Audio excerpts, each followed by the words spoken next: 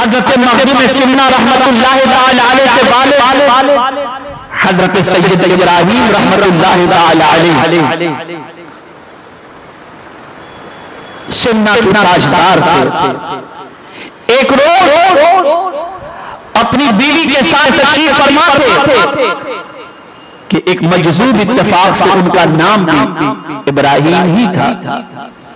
वो आए, मियां बीवी को दोनों को देखा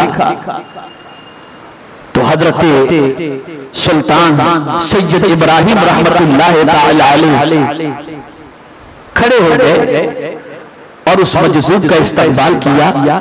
उनके सामने रोज़ाने अदब के साथ बैठे और हजरत इब्राहीम रहमतुल्लाह ताला अलैह मजजूब का नाम था और सैयद इब्राहीम रहमतुल्लाह ताला अलैह ये मखदूम सिन्ना के वालिद का नाम था।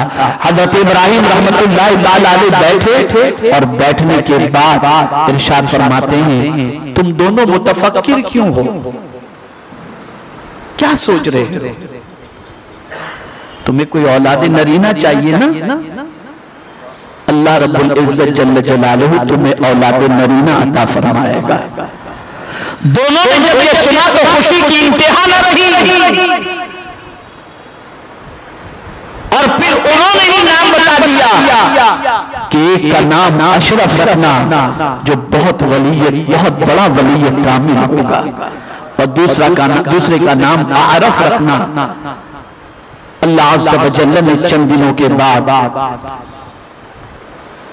हजरत मखदूम अशरफ जहांगीर समनानी रहमतुल्लाह ताला अलैह को इस फर्श गिटी पर पैदा फरमाता है और आपकी विलादत होती है। एक बुजुर्ग का इशारा पहले से था कि ये वली कामिल है। हजरत मखदूम अशरफ जहांगीर समनानी रहमतुल्लाह ताला अलैह की विलादत के बाद उनकी निगरानी के लिए भी कहा गया था, उनकी तरबियत में कोई कसर न रह जाए उसके लिए भी कहा गया था और उनकी विलायत के हवाले से भी पहले से पेशेनगोई दे दी गई थी। अल्लाहु अकबर। हजरत मखदूम अशरफ जहांगीर समनानी रहमतुल्लाह ताला अलैह अपने वालिद से तरबियत हासिल करते हैं और सबसे पहले उनके वालिद ने उनके कुरान मुकद्दस को दुरुस्त किया और कुरान मुकद्दस की तालीम से उन्हें आरास्ता किया और 7 साल की उम्र के अंदर हजरत मखदूम अशरफ जहांगीर समनानी रहमतुल्लाह ताला अलैह सब क़िरात के कारी भी हो गए और बेहतरीन हाफिज़ कुरान भी। 7 साल की उम्र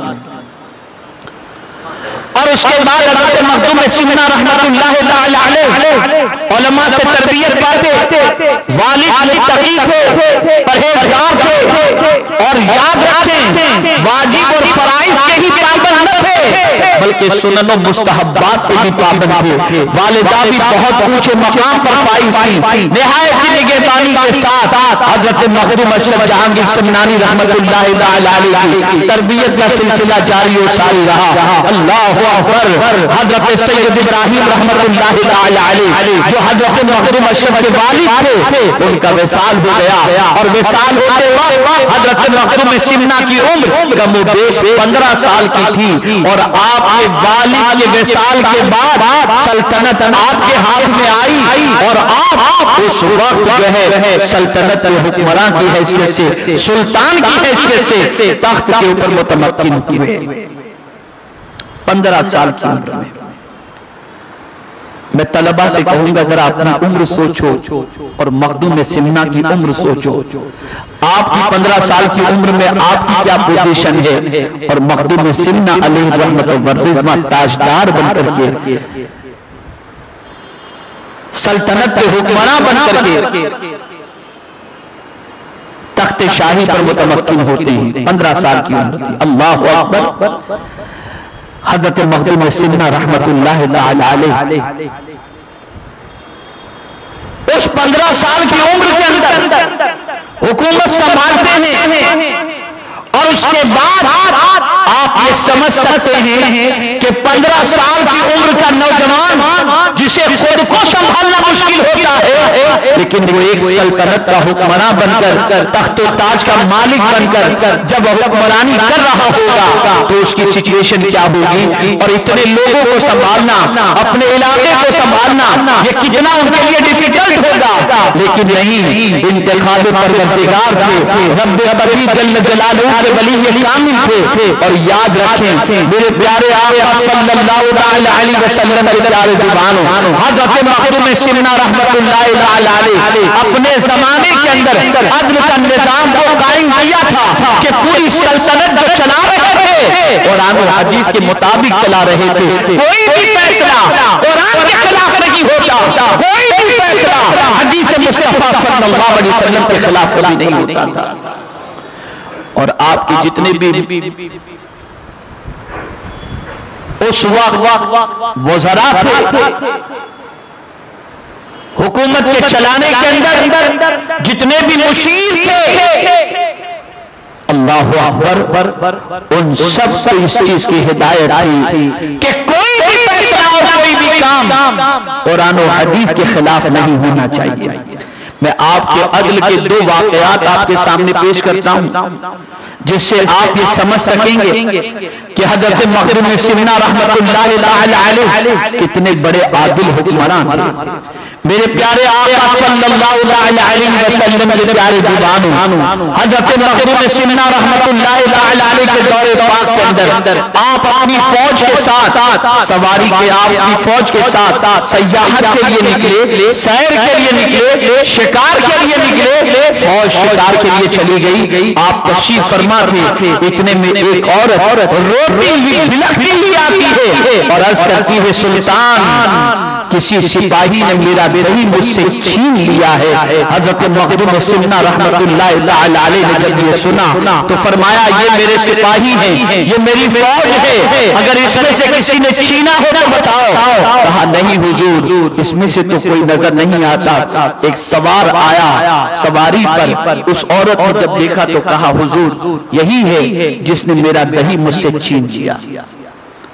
मखदूम सिन्ना रहमतुल्लाह अलैह ने उससे पूछा, उसने इनकार किया। तो मखदूम सिन्ना ने मक्खियों को जमा किया और फरमाया, ये मक्खी खाओ। जैसे उसने मक्खियां खाई तो खाते ही दही उसके जिस्म से निकलनी शुरू हो गई, उसका झूठ फाश हो गया। और मखदूम सिन्ना रहमतुल्लाह अलैह ने फिर उसे सख्त तरीन सजा अता फरमाई। यहां से ये बात समझ में आई कि ऐसा नहीं कि रियाया दही जैसी चीज की फरियाद लेकर के आए तो ऐसा नहीं कि उसकी फरियाद न सुनी जाए, बल्कि आप कुरान और हदीस की रोशनी के अंदर हर फरियाद रस की फरियाद के लिए पहुंच रहे थे, हर एक की फरियाद को सुनते थे और हर एक की परेशानी का इजाला फरमाया करते थे। मेरे प्यारे आका सल्लल्लाहु अलैहि वसल्लम के प्यारे दीवानों, हजरत मखदूम सिन्ना रहमतुल्लाह अलैह ने अपनी पूरी जिंदगी कनाअत के साथ गुजारी। तख्त और ताज पर बैठे तो जरूर थे, लेकिन जिंदगी की बड़ी अजीब सिचुएशन थी। आप ये बात ज़हन में रखें, हजरत मखदूम सिन्ना उलमा से मिलते, मशाइख से मिलते, उनसे किताबें फैज करते और वालिद की तालीम पर अमल करते हुए हर अल्लाह के वली का एहतराम करते। उनकी खिदमत में बैठकर इक्तिसाब फैज़ और कुरान और हदीस के असरार और रूज सीखा करते थे। और तख्त और ताज के मालिक होने के बावजूद एक फर्ज कभी छूटता नहीं दिखाई देता, वाजिब छूटता नहीं दिखाई देता, बल्कि जवानी की उम्र के बावजूद तहज्जुद कभी मिस नहीं होती थी। कुरान के इतने अच्छे हाफिज थे कि कुरान मुकद्दस की तिलावत उनकी जिंदगी का सबसे बड़ा मशगला था।